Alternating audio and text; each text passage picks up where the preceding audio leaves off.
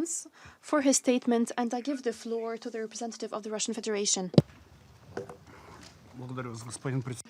Thank you, Mr. President. We're grateful to you, Mr. Minister, and the Kuwaiti colleagues for the proposal to address the subject of missing persons in armed conflict. We also thank the President of the International Committee of the Red Cross and the OCHA Operations Director for their contribution to the discussion. Over the past 20 years, the subject of the protection of civilians has occupied a special place in the work of the Council.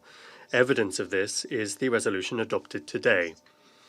The Russian delegation voted in favor of the draft resolution today, driven by notions of humanity and in the hope that this document will help families that have been riven by war to learn the fate of their loved ones and possibly to save the lives of some of them.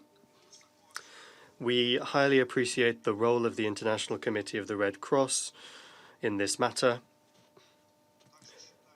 We also think that the International Commission on Missing Persons is doing necessary and useful work, in particular when it comes to assistance for states concerned in identifying missing persons. At the same time, we follow the universally accepted approach to the term missing persons in armed conflict.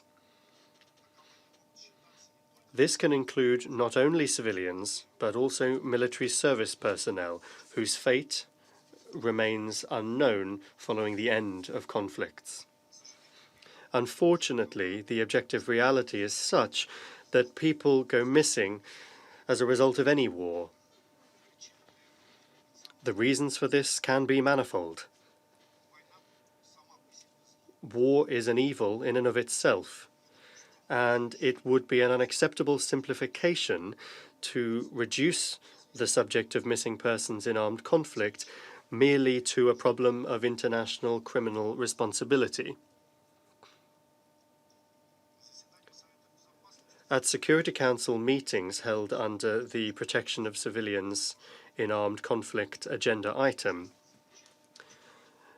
a very important idea often shines through, because in order to improve the lot of civilians during war, all of the necessary international legal toolkit, and here I am referring to the 1949 Geneva Conventions and their 1977 additional protocols, all of this is already at states' disposal. It's a question of political will to properly implement these documents, and this is fully applicable to the situation of missing persons in armed conflict. Thank you, Mr. President. I thank the representative of the Russian Federation for his statement, and I